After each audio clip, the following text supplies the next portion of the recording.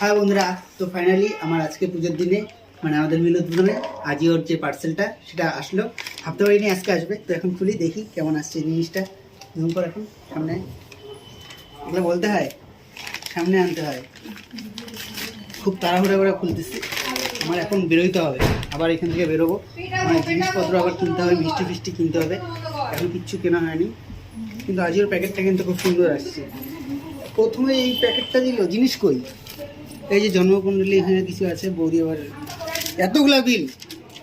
তারপরে এই তো এই তো যে জিনিসটা চাইছি সেই জিনিসটা আসছে, টাইমেক্সের ঘড়ি, কিন্তু অলরেডি আনবক্সিং মনে হচ্ছে না। এখন ঘড়িটা একটু দেখি তাড়াহুড়ো করে।